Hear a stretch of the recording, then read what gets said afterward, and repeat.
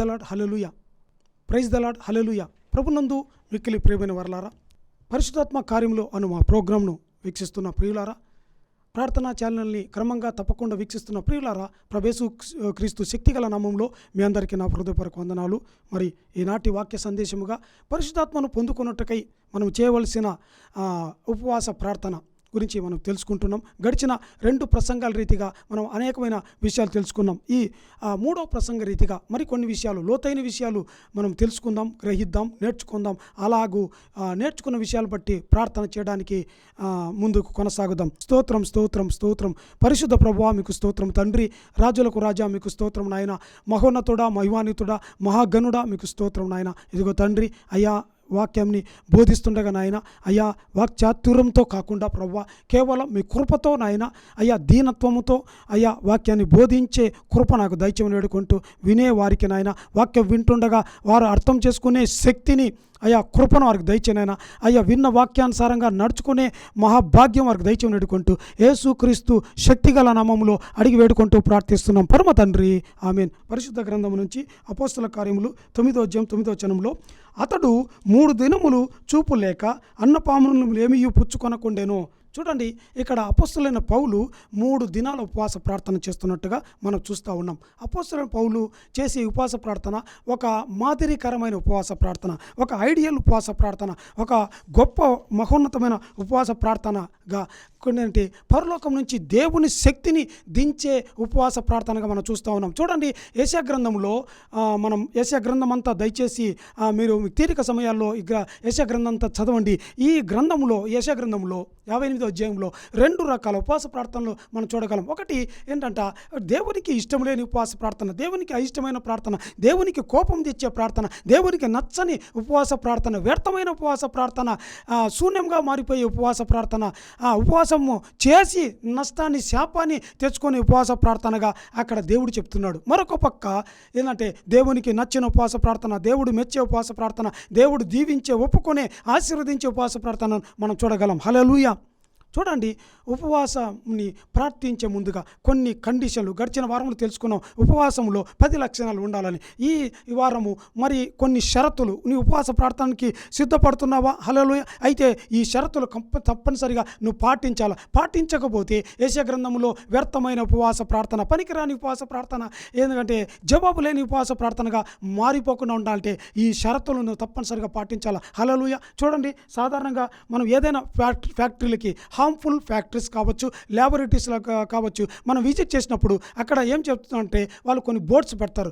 Don't dos and do nots. ఇవి చేయకూడదు, ఇవి చేయాలని పెద్ద పెద్ద బోర్డులు పెడతారు. హెల్మెట్ పెట్టుకోండి, చేతులు గ్లౌజ్ వేసుకోండి, చెప్పులు వేసుకోండి, ఇలా కొన్ని ఇన్స్ట్రక్షన్స్ ఇస్తారు. ఇవి చేయకూడదు, అవి చేయకూడదు, అక్కడ తాకూడదు, ఇక్కడ తాకూడదు అని చెప్తుంటారు. అలాగే ఉపవాస ప్రార్థనకు నువ్వు సిద్ధపడుతుండగా నీవు చేయకూడనటి డూ నాట్స్ నువ్వు తెలుసుకోవాలి. హల్లెలూయా. చూడండి, అందులో ఒక 7 ప్రాముఖ్య విషయాలు తెలుసుకుందాం. మొట్టమొదటిగా, ఒక వ్యక్తి ఉపవాస ప్రార్థన చేసేటప్పుడు అతని సరి అయిన ఉపవాసము, నిజమైన ఉపవాసము ఉండాలంటే ఈ 7-8 విషయాలు పాటించాలి. ఏంటంటే, మొట్టమొదటిగా ఉపవాస ప్రార్థన చేస్తున్నప్పుడు, ఒకవేళ దేవుని ఎక్కడ ఉపవాస ప్రార్థన చేస్తున్నావు, దేవుని మందిరంలోనా, నీ ఇంటిలోనా, లేదంటే ఒక నిర్జన భూమిలో చేస్తున్నావా, అంటే ఎవరు లేని మైదానం చేస్తున్నావా, అయితే నువ్వు ఎక్కడ ఉంటున్నావో ఆ స్థలం నువ్వు విడిచి ఎక్కడికి వెళ్ళకూడదు, ఆ స్థలం నుంచి మారకూడదు, అటు ఇటు మారకూడదు. హల్లెలూయా. దేవుని మందిరంలో ఉపవాస ప్రార్థన చేస్తున్నావా, అయితే ఎక్కువగా దేవుని మందిరంలోనే ఉండాలా, ఇంకెక్కడ బయటికి తిరగకూడదు. హల్లెలూయా. మొదటి కండిషన్, షరతు. రెండవదిగా చూస్తే, నువ్వు ఉపవాస ప్రార్థన చేస్తున్నావు, 3 దినాలు చేయాలని తీర్మానించుకున్న బాగానే ఉంది, దేవుడు నిన్ను దీవించును గాక. చూడండి, ఈ 3 రోజులు అంటే 72 గంటలు ఉపవాస ప్రార్థన చేస్తున్నప్పుడు నువ్వు పాటించాల్సిన అతి ముఖ్యమైన షరతు ఏంటంటే, కాలయాపన చేయకూడదు, సమయాన్ని వ్యర్థంగా పోనీయకూడదు, నీ ఇష్టం వచ్చినట్టుగా సమయాన్ని వ్యర్థంగా పోనీయకూడదు, కాలాన్ని వ్యర్థంగా పోనీయకూడదు. మూడవదిగా ఏంటంటే, ఉపవాస ప్రార్థనతో ఇతరులతో ఎవరితో సంభాషించకూడదు, అతిగా మాట్లాడకూడదు, వ్యర్థంగా మాట్లాడకూడదు, ముసలమ్మ ముచ్చట్లు పెట్టుకోకూడదు. హల్లెలూయా. అలాగే 4వదిగా చూస్తే, ఉపవాస ప్రార్థనలో కష్టతరమైన విషయం ఏంటంటే, కేవలం 3 లేదా 4 గంటలు మాత్రమే పడుకోవాలి. హల్లెలూయా. హల్లెలూయా. కేవలం 3-4 గంటలు మాత్రమే. ఎక్కువగా నిద్రపోకూడదు, తూగకూడదు, మత్తు జోలికి పోకూడదు, నిద్రపోకూడదు. నిద్రపోకుండానే కేవలం 3-4 గంటలతోనే ఉపవాస ప్రార్థన చేయాలి. హల్లెలూయా. మేల్కొని ఐదవదిగా చూస్తే చూడండి, చాలామంది ఉపవాస ప్రార్థనకని పేరు చెప్పి గంటల తరబడి కొన్ని పనులు చేస్తుంటారు. ఏంటంటే ఒక కొత్త డైరీ తెచ్చుకొని ఒక 100 పాటలు రాయాలని చెప్పి 3 దినాలు ఉపవాసం ఉండి 100 పాటలు రాసేస్తారు. హల్లెలూయా. మరి కొంతమంది అంటే కొన్ని ఒక 20 ప్రసంగాలు వినాలి, 10 ప్రసంగాలు వినాలని చెప్పి ఆ ఉపవాస ప్రార్థనలో గంటల తరబడి ప్రసంగాలు వినేవాళ్ళు గంటల తరబడి యూట్యూబ్లు, ఫేస్బుక్లను, చాట్లను, రకరకాల సోషల్ మీడియా, న్యూస్ పేపర్లు అంతా తిరిగేస్తూ ఉంటారు. హల్లెలూయా. అలా చేయకూడదు ఉపవాస ప్రార్థనలో. హల్లెలూయా. ఇంకా అవి ఇవి రాయడము, అవి ఇవి చూడడం, ఇవేవి చేయకూడదు. తర్వాత ఇంకొక 6వదిగా ఏంటంటే ఉపవాస ప్రార్థన చెప్పి మందిరంలో కావచ్చు, ఒకవేళ ఇంట్లో చేస్తుంటే ఇంట్లో అన్ని బట్టలు ఉతకడము, కానీ ఇల్లంతా శుభ్రం చేయడం, పెయింట్లు వేయడం, రంగులు వేసుకోవడం, ఉపవాసం ఉండి అన్ని పనులు చేస్తూ ఉంటారు. ఉపవాస ప్రార్థనలో ఉన్నప్పుడు ఎలాంటి పనులు చేయకూడదు. హల్లెలూయా. అలాగే 7వదిగా చూస్తే ఉపవాస ప్రార్థనలో ఉన్నప్పుడు నువ్వు ఎక్కువగా టాటా, డాడా, నానాలు, ఆహా, అవునా, అట్టనా, ఇట్టనా అని ఈ పదాలు ఉపయోగించకూడదు. అంటే ఏంటో తెలుసా అండి? 137వ కీర్తన 9వ వచనంలో అక్కడ ఒక మాట చివరి వచనంలో రాయబడి ఉంటుంది, నీ పసిపిల్లల్ని బండకేసి కొట్టువాడు ధన్యుడు. హల్లెలూయా. చూడండి, ఏంటన్నా మన పసిపిల్లల్ని బండకేసి కొట్టాలన్నా? అదేంటి అంటే, అవును, పసిపిల్లలు అంటే మనం గర్భమున పుట్టిన పిల్లలు కాదు, మనం ఎత్తుకున్న పసిపిల్లలు కాదు, వాళ్ళు కాదు. ఇక్కడ పసిపిల్లలు అంటే పాపాలకు గుర్తు. ఇది మర్మంగా రాయబడి ఉంది, అలంకారప్రాయంగా రాయబడి ఉంది, మర్మానుసారంగా రాయబడి ఉంది. పసిపిల్లలు అంటే ఒక వ్యక్తి ఎత్తుకునే పసిపిల్లలు పాపము, అసూయ, ద్వేషము, గర్వము ఇలాంటివి ఎప్పుడు బయటకు వస్తాయి తెలుసా? ఒక వ్యక్తిలో ఉన్న పసిపిల్లలు, అతని ఒడిలో దాగి ఉన్న పసిపిల్లలు ఎప్పుడు బయటకు వస్తాయంటే ఆ వ్యక్తి ఉపవాస ప్రార్థన చేసేటప్పుడు ఇవన్నీ బయటకు వచ్చేస్తాయి. హల్లెలూయా. ఏంటంటే ఉపవాస ప్రార్థనలు కొంత సంఘాలు చేస్తున్నప్పుడు కొంచెం గ్యాప్ ఇస్తారు కండి. గ్యాప్ ఇచ్చినప్పుడు కొంతమంది మాట్లాడుకుంటుంటారు, ఒకరు ఇద్దరు అక్కలు మాట్లాడుతుంటారు, అక్క నీకు ఈ విషయం తెలుసా, ఇది తెలుసా, ఇది వాళ్ళు ఇలా అన్నారంట, టాటా, డాడా, నానాలన్నీ మాట్లాడుతుంటారు. అవునా, ఆహా, అట్టనా, అప్పుడా, అలాగనని ఈమె దాన్ని చెప్పడం, ఆమె చెప్పడం, ఈమె చెప్పడం, ఇలాగన్నీ ఒకటికొకటి మాట్లాడుకుంటూ తంటాలు తెచ్చుకుంటారు. హల్లెలూయా. దేవుని దృష్టిలో అవి తంటాలుగా ఇలాగూ ఉపవాస ప్రార్థనలో చూడండి, దేవుని వాక్యంలో మాట్లాడబడింది, విస్తారమైన మాటల్లో దోషం ఉండక మానుదా ఉంటుంది కదండి. ఇలాగా మనం అతిగా మాట్లాడడం వల్ల సమస్యలు పెట్టుకుంటాం కనుక విస్తారంగా మాటలు మాట్లాడకూడదు. అలాగే 8వదిగా చూస్తే ఉపవాస ప్రార్థనలో ఎక్కువగా తలనొప్పి వస్తుంటుందండి, మోకాలు నొప్పులు వస్తుంటాయి, నిద్రమత్తు వస్తుంటుంది. వాటిని ఎదిరించాలా, వాటిని ఏంటంటే తట్టుకొని నిలబడాలా. ఈ 7-8 రకాల ఈ షరతులను నువ్వు పాటించేటప్పుడు నీ ఉపవాస ప్రార్థన చాలా శక్తివంతమైనదిగా, ఉన్నతమైనదిగా, మహోన్నతమైనదిగా, పరలోకం నుంచి దేవుని శక్తిని, దేవుని దూతలు పరలోకమైనవన్నీ నీ దగ్గరికి రావడం ఆపరేట్ అవుతాయి. హల్లెలూయా. సరే, ఇప్పుడు అసలు వాక్యంలోకి వద్దాం. అపొస్తలుల కార్యములు 9వ వచనంలో అక్కడ అతడు 3 దినములు చూపు లేకయే అన్నపానములేవి పుచ్చుకొనకనే ఉపవాసం ఉండెను అని అపొస్తలుల పౌలు 3 దినాలు ఉపవాసం ప్రార్థన చేస్తున్నాడు. హల్లెలూయా. ఇక్కడ అపొస్తలుల పౌలు కాదు, సౌలు ఉపవాసం ఉంటున్నాడు. పౌలు సౌలుగా ఉన్నప్పుడు అంటే గత జీవితంలో క్రీస్తును ఎరగనప్పుడు, క్రీస్తు గురించి తెలియనప్పుడు ఉపవాస ప్రార్థన చేస్తున్నాడు. హల్లెలూయా. చూడండి, ఇక్కడ సౌలు చేసే ఉపవాస ప్రార్థన ఒక మాదిరికరమైన ఉపవాస ప్రార్థన, ఐడియల్ ఉపవాస ప్రార్థన.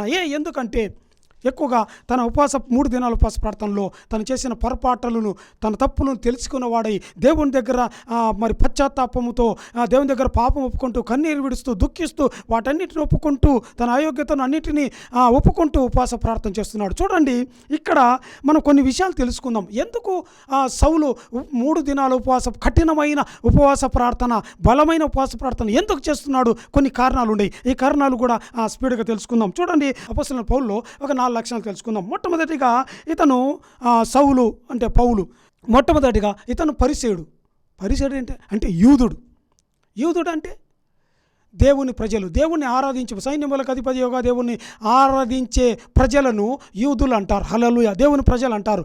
అలాగా అతను యూదుడులో పరిసేయుడు. చూడండి, ఇంకా మనం అపొస్తలుల కార్యములు 22వ అధ్యాయము 3వ వచనము మనం చూచినట్లయితే, నేను కిలికియాలోని తార్సులో పుట్టిన యూదుడను, అయితే ఈ పట్టణంలో గమలీయేలు పాదముల యొద్ద పెరిగి మన పితరుల ధర్మశాస్త్రమందు నిష్ఠయందు శిక్షకుడునై మీరందరూ నేడు ఉన్న ప్రకారం దేవుని గూర్చి ఆసక్తినై ఉంటిని అని అపొస్తలుల పౌలు చెప్తున్నట్టుగా మనం చూస్తున్నాం. యూదుడంట, పరిసేయుడంట. ఏంటి యూదుడు అంటే తెలుసుకున్నాం, పరిసేయుడు అంటే హల్లెలూయా. చూడండి, ఇది తెలుసుకుందాం. ఇంకొకటిగా అతనుకున్న లక్షణం ఏంటంటే యూదా నాయకుల నుంచి అధికారం పొందాడు. ఏంటి అధికారం అంటే క్రైస్తవులను హింసించాలని, క్రైస్తవులని అంతం చేయాలని, క్రైస్తవులను పట్టుకొని వారిని యెరూషలేము లాక్కొచ్చి యెరూషలేములో శిక్ష వేసి జైల్లో బంధించాలని, వాళ్ళని బుద్ధి చెప్పాలని క్రైస్తవుల కొరకై అధికారం పొందుకున్నవాడు. రెండవ లక్షణం. మూడవదిగా చూస్తే దమస్కు మార్గానికి బయలుదేరుతున్నట్టుగా మనం చూస్తున్నాం. మూడవ లక్షణం ఏంటంటే క్రైస్తవులను హింసించేవాడు, క్రైస్తవులను శిక్షించేవాడు. హల్లెలూయా. అంటే ఎందుకు క్రైస్తవుల్ని శిక్షించాలనుకుంటున్నారంటే యూదా మతానికి ఈ క్రైస్తవులు ముప్పుగా ఉన్నారు. హల్లెలూయా. ఏంటి అర్థం కాలేదు అనుకుంటున్నారా? వింటున్నప్పుడు మీకే అర్థమవుతుంది. హల్లెలూయా.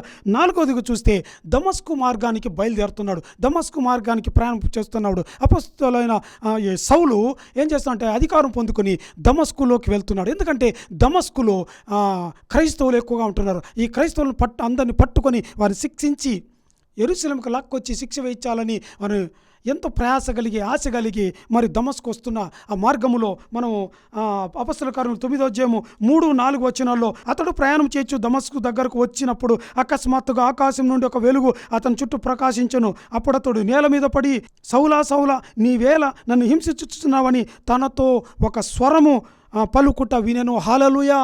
చూడండి, ఈ స్వరం వింటున్నాడు. వెంటనే ప్రభువా ఎవరును అంటే నీవు హింసించుచున్న యేసును. హల్లెలూయా. వెంటనే ఒకవేళ మనం అడగొచ్చు, సౌలు పక్షాన మనం ప్రశ్న అడగొచ్చు, ప్రభువా నిన్నెప్పుడు హింసించాడు సౌలు అంటే ఇక్కడ అలా ప్రశ్న సౌలు అడగడం లేదు కానీ అర్థమైపోయింది. హల్లెలూయా. He got a clear picture. ఎందుకంటే అతను అపోస్తలుడైన సౌలు మంచి యూదా మతనిష్ట కలిగినవాడు, గొప్ప ప్రసిద్ధ బోధకుడు, యూదులలో గొప్ప మంచి ప్రాముఖ్యమైన నిష్ణాతుడైన బోధకుడు గమలీయేలు. అతని దగ్గర మరి ధర్మశాస్త్రాన్ని ఎంతో నిష్టగా నేర్చుకున్నవాడు, ఎన్నో విషయాలు తెలుసుకున్నటువంటి వాడు. హల్లెలూయా. కనుక ఇక్కడ దేవుడు చెప్తున్నా కానీ వెంటనే క్యాచ్ చేశాడు. హల్లెలూయా. ఏంటి అంటే ప్రభువా నిజమే, అక్కడ దేవుడు నీవు నన్ను హింసించుచున్నావు, నేను ఎప్పుడు నిన్ను హింసించలేదే అని అనకుండా వెంటనే కనుక్కున్నాడు. ఏంటంటే చూడండి, క్రీస్తును అనుసరించే ప్రజలు దేవుని బిడ్డలను ఎవరైతే హింసిస్తుంటారో, ఎవరైతే దేవుని బిడ్డల్ని బాధ పెడుతుంటారో, ఎవరైతే దేవుని ప్రజలని క్రీస్తుని వెంబడించే వారిని దుఃఖపెడుతుంటారో వారు ఎలాంటి వారు? దేవుడు చెప్తుంట, ఇలా నా ప్రజల్ని హింసించువారు నా కన్నుగుడ్డును ముట్టువాడు. హల్లెలూయా. మరి ఆ సౌలుకు అర్థమైపోయింది, అవును ప్రభువా నీ ప్రజల్ని హింసించా నీ కన్నుగుడ్డునే ముట్టాను అని వెంటనే భయపడడం ప్రారంభిస్తున్నాడు. అందుకే దేవుడు ఇక్కడ సూచనగా అపొస్తలుడైన పౌలు చూడండి, దేవుడు అక్కడ అతను తలుచుకుంటే ఒక ప్రవక్త వెళ్ళి యరొబాముకు బలిపీఠం మీద చెప్పినప్పుడు ఆ యరొబాము బలిపీఠము పడగొట్టడానికి వెళ్ళినప్పుడు యరొబాము రాజు చేతులు ఎండిపోయాయి కదా, ఆ ప్రవక్త మీదకి చేయి చాపినప్పుడు అలాగే దేవుడు ఇక్కడ సౌలు చేతులు ఎండింపజేసేయచ్చు, లేదంటే ఆ పక్షవాతం చెప్పి రెండు చేతులు పడగొట్టవచ్చు, కాళ్ళు పడగొట్టవచ్చు. హల్లెలూయా.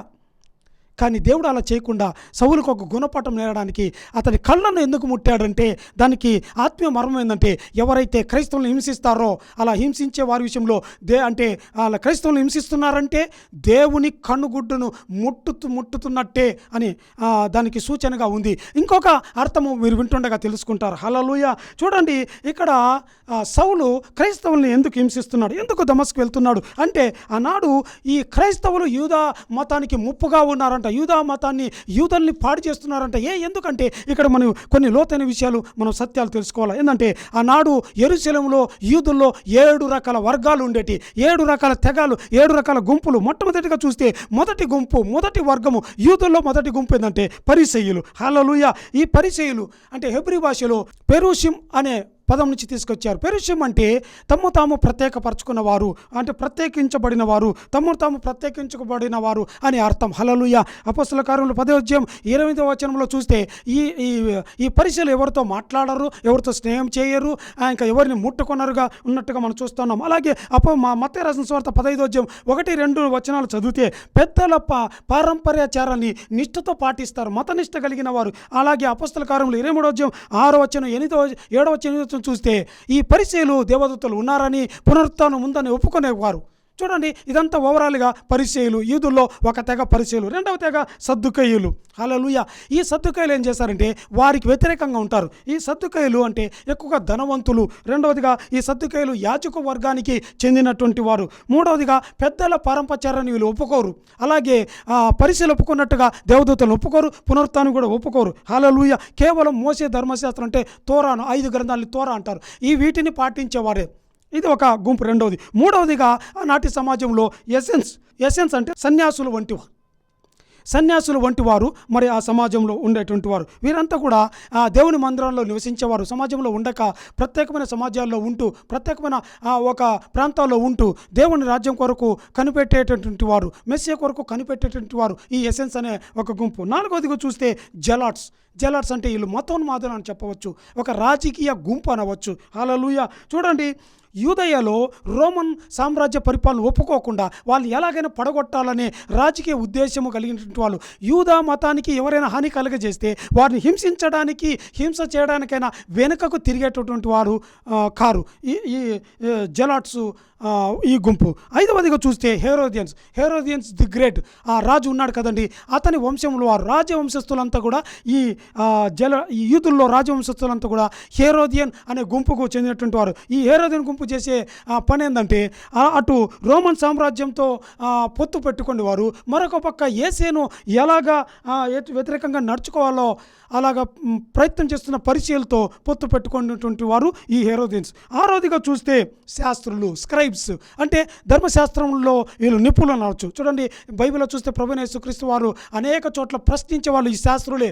యూదుల్లో ఈ యొక్క గుంపే ఎక్కువ ప్రభువైన యేసుక్రీస్తు వారిని ఇలా చేయవచ్చు, అలా చేయొచ్చు, అది పాటించవచ్చు, ఇది పాటించవచ్చు అని అలాగా ప్రశ్నిస్తూ ఉండేవారు. అందుకే యేసయ్య అంటున్నాడు వారిని చూసి, ఆ శాస్త్రం చూసి, సున్నం కొట్టిన సమాధులారా, మత్తయి రాసిన సువార్త 23:3 మీరు సామాన్య ప్రజలకి పరలోకాన్ని అందకుండా పరలోకాన్ని మూసేటి వారలారా అని ప్రభువైన యేసుక్రీస్తు వారు అంటున్నట్టుగా మనం చూస్తున్నాం. చూడండి, ఇలాగా ఈ 6 రకాల గుంపులు ఉంటున్నారు ఆనాటి సమాజంలో. అయితే ఇప్పుడు 7వ గుంపు తయారవుతుంది, 7వ గ్రూపు యూదుల్లో తయారవుతుంది. ఆ గ్రూప్ ఏంటంటే నజరేన్స్. అంటే ఈ 6 గ్రూపుల వారు యేసుక్రీస్తును ఒప్పుకోనలేక, అందుకే ఏంటంటే ప్రభువైన యేసుక్రీస్తు వారు నజరేతు నుంచి వచ్చారు కాబట్టి యేసుని ఒప్పుకోకుండా దే బిలాంగ్స్ టు నజరేన్స్ అంటున్నారు. హల్లెలూయా. అంటే ప్రభువైన యేసుక్రీస్తు బోధలు విని ఈ యూదుల్లో ఈ 6 రకాల గుంపులు తెలుసుకున్నాం కదా, ఈ గుంపులో వీరందరూ కూడా మెస్సే కొరకు ఎదురు చూస్తున్నారు కదా. ఈ మెస్సే కొరకు ఎదురు చూసే వీరందరూ కూడా మెస్సయ్య యేసు మన కొరకు వచ్చాడని ఎవరైతే నమ్మి యేసయ్యను వెంబడిస్తున్నారో వారే క్రైస్తవులు. హల్లెలూయా. అంటే నథింగ్ బట్ జెవిష్ క్రిస్టియన్స్. హల్లెలూయా. ఇప్పుడు మనం క్రైస్తవులు అంటున్నాం కదా. జెరూసలేంలో కొంతమంది యూదులు ఉన్నారు అంటున్నాం కదా. ఏంటి వాళ్ళకి మనకు తేడా ఏంటంటే, ఎవరైతే క్రీస్తును వెంబడిస్తున్నారో వారు క్రిస్టియన్స్ అంటారు. ఆనాటి జెరూసలేంలో యూదుల్లో ఈ 6 వర్గాల నుంచి యేసయ్య వైపు తిరిగినట్టు వారిని నజరేన్స్ అంటారు. చూడండి, అందుకే ఇలా యూదా మతానికి ముప్పుగా మారిపోతా ఉంది. యూదా మతంలో 6 గుంపులు ఉంటే మంచిదే, న్యాయమే. కానీ ఈ 6 గుంపుల వారు 7వ గుంపు అయిన నజరేన్స్లోకి వెళ్ళకూడదు అని మతనిష్ట కలిగిన వాడే సౌలు ఏం చేస్తున్నాడంటే ఈ క్రిస్టియన్స్ అందరినీ హతము చేయాలా, శిక్షించాలని అధికారం పొందుకొని దమస్కులోకి వచ్చి, దమస్కులో ఈ క్రైస్తవులంతా కూడా యూదులు క్రైస్తత్వాన్ని నమ్మినటువంటి యూదులందరూ ఆ దమస్కులో ఉంటుంటే వారందరినీ బంధించాలనే ఉద్దేశంతో దమస్కు వస్తుండగా దేవుడు వారిని హింసించుతున్నావా, నన్ను ముట్టి నా కన్నుగుడ్డును ముట్టినట్టే అని సౌలు కన్నుగుడ్డు ముట్టినట్టుగా మనం చూస్తూ ఉన్నాం. హల్లెలూయా. చూడండి, ఇక్కడ ఇంకొక అర్థం తెలుసుకుందాం. సౌలు అన్న మాటకు హెబ్రీ భాషలో అడిగినది అని అర్థం, ప్రార్థించినది అని అర్థం. ఆనాడు యూదుల సమాజంలో ఇది ఒక గొప్ప స్టేటస్కి గుర్తుగా, సౌలు అంటే ఒక గొప్ప ఉన్నత స్టేటస్కు గుర్తుగా ఉంది. అయితే అపోస్తలుడైన పౌలు ఉపవాసం ఉన్న తర్వాత ఉపవాసంలో తను చేసిన 3 దినాలు ఉపవాస ప్రార్థన రీతిగా అతను ఏంటంటే అభిషేకం పొందుకున్నాడు, బాప్తిసం పొందాడు, తర్వాత ఆత్మీయ దృష్టి మంచి వెలుగును పొందుకున్నాడు, అలాగే దేవుని భారాన్ని పరిచయం పొందుకొని 5వదిగా ఏం చేస్తుంటే తన పేరును మార్చుకుంటున్నాడు. సౌలు గుణ చూడండి, అబ్రాము పేరును అబ్రాముగా, యాకోబు పేరును ఇజ్రాయెల్గా దేవుడు మార్చారు. కానీ ఇక్కడ ఇతని సౌలు తన పేరును తానే మార్చుకుంటున్నాడు. సౌలు అంటే నేను అడిగినదిగా నా పేరు గుర్తు హెబ్రీ భాషలో, అలాగే ప్రార్థించినది అని అర్థము. అది ఆనాటి సమాజంలో ఉన్నత స్థితి గుర్తు. అయితే ఇక మీదట నేను అలా ఉండను అని తన పేరును లాటిన్ భాషలోకి మార్చుకుంటున్నాడు. ఏంటంట, పౌలు అంటే స్మాల్, చిన్నది. నేను ఇక మీదట అలా ఉన్నతమైన వాడిని కాదు, నేను చిన్నవాడను, నేను తగ్గించుకుంటున్నాను.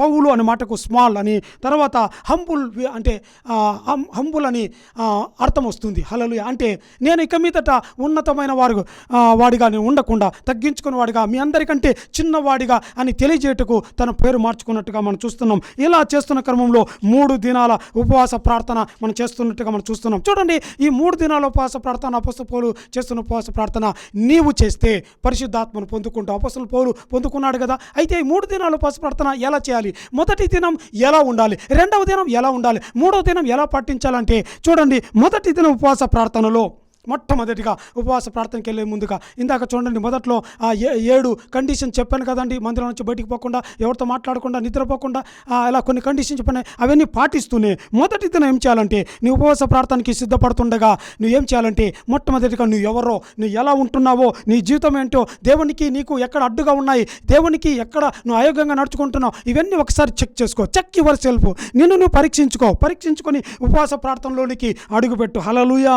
చూడండి, యెషయా గ్రంథము 59వ అధ్యాయము 1 నుంచి 3 వచనాలు మనం చూచినట్లయితే, రక్షింపనేరక ఉండునట్లు యెహోవా హస్తము కురచ కాలేదు, విననేరక ఉండునట్లు ఆయన హస్తము ఆయన చెవులు మందం కాలేదు. మీ దోషములు మీకును మీ దేవునికి అడ్డముగా వచ్చెను, ఇంకా మీ పాపములు ఆయన ముఖమును మరుగుపరిచెను గనుక ఆయన ఆలకింపకుంటున్నాడు. ఎందుకు దేవుడు వారు ఉపవాస ప్రార్థన చేస్తుంటే దేవుడు ఎందుకు ఆలకించగలదంట? 3వ వచనం చూస్తే, మీ చేతులు రక్తముతోనూ, మీ వేళ్ళు దోషముతోనూ, మీ పెదవుల అబద్ధములతోనూ, మీ నాలుక కీడుతోనూ ఉన్నది. హల్లెలూయా. చూడంట, చేతుల్లో, వేళ్ళల్లో, పెదవుల్లో, నాలుకల్లో దోషం ఉందంట. హల్లెలూయా. కనుక ఉపవాసం అనేది పశ్చాత్తాపంతో ప్రారంభమవుతుంది. హల్లెలూయా. హల్లెలూయా. అంటే మొదటి దినం ఏం చేయాలంటే, గడిచిన 2 ప్రసంగం చెప్పాము. కడుగుమయా మీరు నన్ను, మీ రక్తములో నా దోషములు అని పాటలు పాడొద్దని చెప్పా. హల్లెలూయా.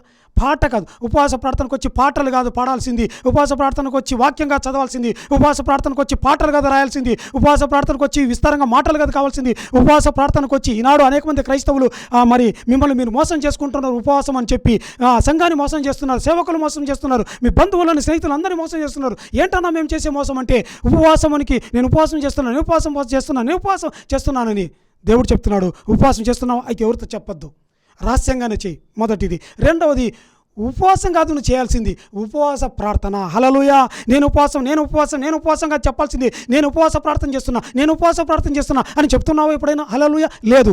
ఉపవాస ప్రార్థన చేసేటప్పుడు హల్లెలూయా, ఉపవాస ప్రార్థనలో మనం ఏం చేయాలంటే, పాటలు కాదు కావాల్సింది. యెషయా కీర్తనలు 51వ కీర్తన 7వ వచనంలో కీర్తనకారుడు దావీదు అంటాడు, హిస్సోపుతో నన్ను కడుగు. హల్లెలూయా. గడిచిన వారం తెలుసుకున్నా కదా, హిస్సోప్ అనేది ఒక బ్రష్. ఒక నిర్దోషమైన జంతువును బలి ఇచ్చి దాని రక్తం తీసుకొని ఒక పాత్రలో ముంచి, ఒక హిస్సోప్ అనే ఆ బ్రష్ను దాంట్లో ముంచి, ఆ రక్తము ఆ బ్రష్ ఎవరినైతే తాకిస్తారో పరిశుద్ధులుగా మారతారంట. హల్లెలూయా. అంటే కడుగుమయా మీరు నన్ను, మీ రక్తములో నా దోషములు. అంటే పాట పాడితే నేను పాడుతున్నావు, కడుగు అంటున్నావు. దేవుడు వచ్చాడు నీ దగ్గరికి, చూశాడు, నవ్వుతాడు. ఏమంటున్నావు? ఏం పాడుతున్నావు నువ్వు? కడుగుమై అంటున్నావు. దేవుడు వచ్చాడు, చూశాడు. దేవుడు ఏం కడగాల? నువ్వు పాడావు అంతే. కానీ పాట కాదు కావాల్సింది. ప్రభువా, దేవుడు నేను కడగాలంటే, దేవుడు నువ్వు ఉపవాస ప్రార్థన చేసేటప్పుడు దేవుడు నీ దగ్గరికి వస్తాడు. దేవుడు నేను చూచి నీ పాపాలు కడగాలంటే నువ్వు చేసిన పాట కాదు కావాల్సింది, నీ పాపం ఒప్పుకోవాలి. హల్లెలూయా. ప్రభువా, నేను దొంగతనం చేశాను, ప్రభువా విచారం చేశాను, ప్రభువా తాగుడు తాగుతున్నా, ప్రభువా వారికి గుంత తవ్వా, ప్రభువా వీరికి వ్యతిరేకంగా అన్యాయం చేశా, ఈ హత్య చేసా ప్రభువా, ఇది చేసే ప్రభువా అని అవన్నీ ఒప్పుకుంటుండాలి. ఒప్పుకుంటే దేవుడు 1 యోహాను 1వ అధ్యాయం 9వ వచనంలో ఆయన నీతిమంతుడు నమ్మదగిన వాడు గనుక నీ పాపాలను క్షమిస్తాడు, కడుగుతాడు. పాట పాడితే చూసినవి వెళ్ళిపోతాడు.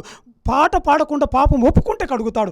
అది మనం తెలుసుకోవాల్సిన సత్యం. హల్లెలూయా. చూడండి, అక్కడ 51వ కీర్తన 4వ వచనంలో కీర్తనకారుడు ఒప్పుకుంటున్నాడు, ప్రభువా కేవలము నేను నీకు వ్యతిరేకంగా పాపం చేశాను, నా పాపాన్ని అంతా ఒప్పుకుంటున్నా ప్రభువా, నేను నా తల్లి గర్భం నుండే పాపిని అని మొత్తం పాపములన్నీ ఒక్కొక్కటిగా ఒప్పుకుంటా ఉన్నాడు. ఈ మొదటి దిన ఉపవాస ప్రార్థనలు అంతా ఏం చేయాలంటే, పాపాలన్నీ ఒప్పుకోవడం ప్రారంభించాలా. నువ్వు ఎప్పుడైతే నీ పాపం ఒప్పుకోవడం ప్రారంభిస్తుంటావో, దేవుడు నీ పాపాలన్నీ ఒక్కొక్కటి గుర్తు చేస్తుంటాడు. గుర్తు చేసేటప్పుడు అన్ని జ్ఞాపకం రావడం ప్రారంభమవుతాయి. జ్ఞాపకం అవుతున్నప్పుడు అవన్నీ కడగబడతా ఉంటాయి. హల్లెలూయా. అంటే మొదటి దిన ఉపవాస ప్రార్థనలో ఎక్కువగా పాపాలు ఒప్పుకుంటున్నా. ఇంకా ఎవరిని గురించి పట్టించుకోకూడదు, ఎవరి గురించి చేయొద్దు. నువ్వు చేసిన ప్రతి దోషము, నేరము, తెలిసి చేసిన, తెలియక చేసిన, పొరపాటు చేసిన, ఇతరుల ద్వారా చేయించబడిన, బలవంతంగా చేయాల్సి వచ్చిన ఏ పాపమైనా సరే నువ్వు ఒప్పుకుంటూ ఉంటుండాలా. ప్రభు అది చేశాను, ఇది చేశాను, అది చేశాను. నిద్రాహాలు మానివేసి, స్నానాలు మానివేసి, అన్నింటినీ మానివేసి పక్కన పెట్టి దేవుని పాదాలు పట్టుకొని మార్తలాగా అటు ఇటు మారకుండా మరియలాగా దేవుని పాదాలు పట్టుకొని నీ ప్రతి పాపను ఒప్పుకుంటూ ఉండాలా. అలా ఒప్పుకునేటప్పుడు దేవుడు చూచి నీ దగ్గరికి వస్తాడు. హల్లెలూయా. మరి రెండవ దినం ఏం చేయాలంటే, రెండవ దినం దేవునికి, మొదటి దినం అంతా ఒప్పుకున్నావు కదా, రెండవ దినం దేవునికి నీవు సరెండర్ కావాలా. దేవునికి నువ్వు ఏం చేయాలంటే దేవునికి లోబడాలా. ప్రభువా ఇదిగో అంటే రెండవ దినం కూడా పాపాలు ఒప్పుకుంటూనే దేవుని చిత్తానికి లోబడాలి. నీ బలాన్ని, నీ అందాన్ని, నీ సౌందర్యాన్ని, నీ డబ్బును, నీ గర్వాన్ని ఏటిని చూడకుండా, ప్రభువా నేను వట్టివాడిని మట్టివాడినే, ఇవంతలో నీ దృష్టికి అల్పమైనవే ప్రభువా, నేను నీటి మీద బుడగలాంటి వాడినే అని నిన్ను నువ్వు తగ్గించుకొని, జకర్యా గ్రంథం 4:6 అక్కడ అంటున్నాడు దేవుడు, శక్తి చేతనైనను బలము చేతను కాక నా ఆత్మ చేతను ఇది జరుగును అంటున్నాడు. హల్లెలూయా. అలాగా నీ శక్తి, నీ బలమును నువ్వు ఆధారం చేసుకోకుండా దేవుని శక్తిని, దేవుని బలాన్ని గుర్తించి దేవుని మీద నువ్వు ఆధారపడడం నేర్చుకోవాలా. దేవునికి నువ్వు సరెండర్ కావాలా. రెండవ దినం అంతా నువ్వు తగ్గించుకొని దేవుని దగ్గర తగ్గించుకోవాలా. నీకున్న గర్వం, అహం అన్నీ కూడా తగ్గించుకొని నేల మట్టుకు చూడండి, ఉపవాస ప్రార్థన చేసేటప్పుడు దావీదు కావచ్చు, అందరూ కూడా నేల మట్టుకు, రాజులు సైతం నేల మట్టుకు బూడిదలకు వచ్చి గోనపట్ట ధరించుకొని తగ్గించుకుంటున్నారు.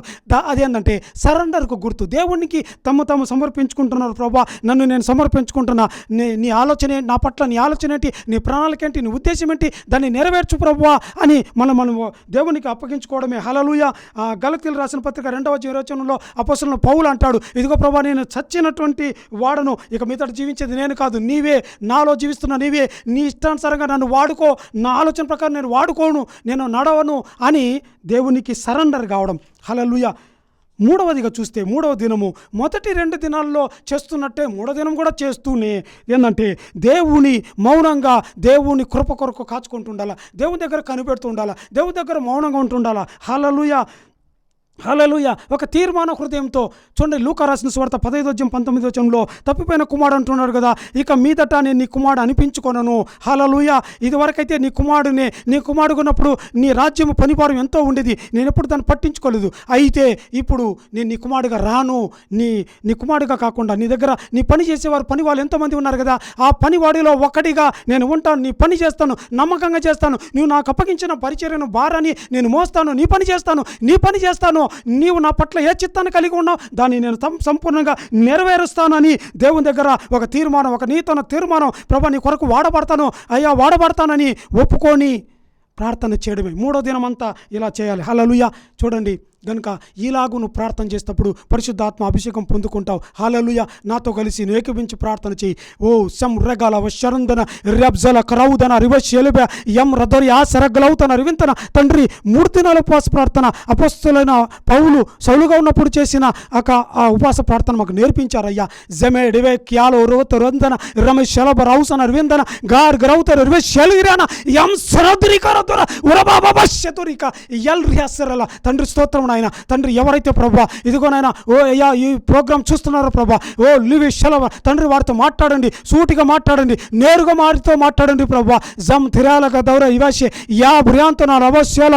ఓ స్తోత్రం తండ్రి, స్తోత్రం నాయన. ఇదిగో ప్రభా ఒక యవనస్తునితో మరి మాట్లాడుతున్నారు. సెమే రివి క్రౌదన. ఓ యవనస్తుడా శమర్ హ్యాగ్ల, ఈ ప్రోగ్రాం చూస్తున్న యవనస్తుడా శమే హెబే ఏ హెలో హెత్తో రివి హాజియారాల. ఓ క్రోధరి, ఇదిగో దేవుడు నిన్ను పిలుస్తున్నాడు.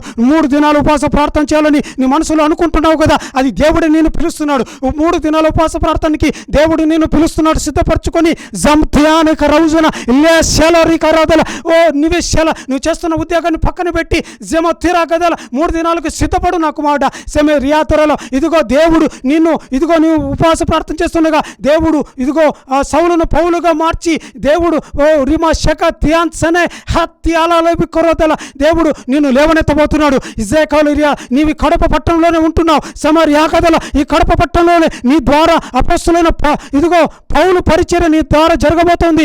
జేత్యాల కరౌదల రివిస్య. ఇదిగో అనుకుంటూ నాతోనేనా దేవుడు మాట్లాడితే దేవుడు నీతోనే మాట్లాడుచున్నాడు. సమరీఖా తెరస్సల. వెంటనే వింటుండగానే లోబడు. తెగలస్సులు వింటుండగానే నువ్వు దర్శనం చూడబోతున్నావు. సమ రివి తియాలస్య యా రివి ఖస్స ఎల్ బలత్రియాలలో మాట్లాడు ప్రభా. ఓ సిమరేఖ ఆకర్షించు ప్రభా. ఇదిగో యాతర అయ్యా ఉపవాసము చేయడానికి ఇదిగో నాయన సిద్ధపడే ఆత్మతనికి అనుగ్రహించమని వేడుకుంటూ శంభ్రియాలకల యేసు క్రీస్తు శక్తిగల నామములో అడిగి వేడుకుంటూ ప్రార్థిస్తున్నాం పరమ తండ్రి. ఆమేన్. హల్లెలూయా.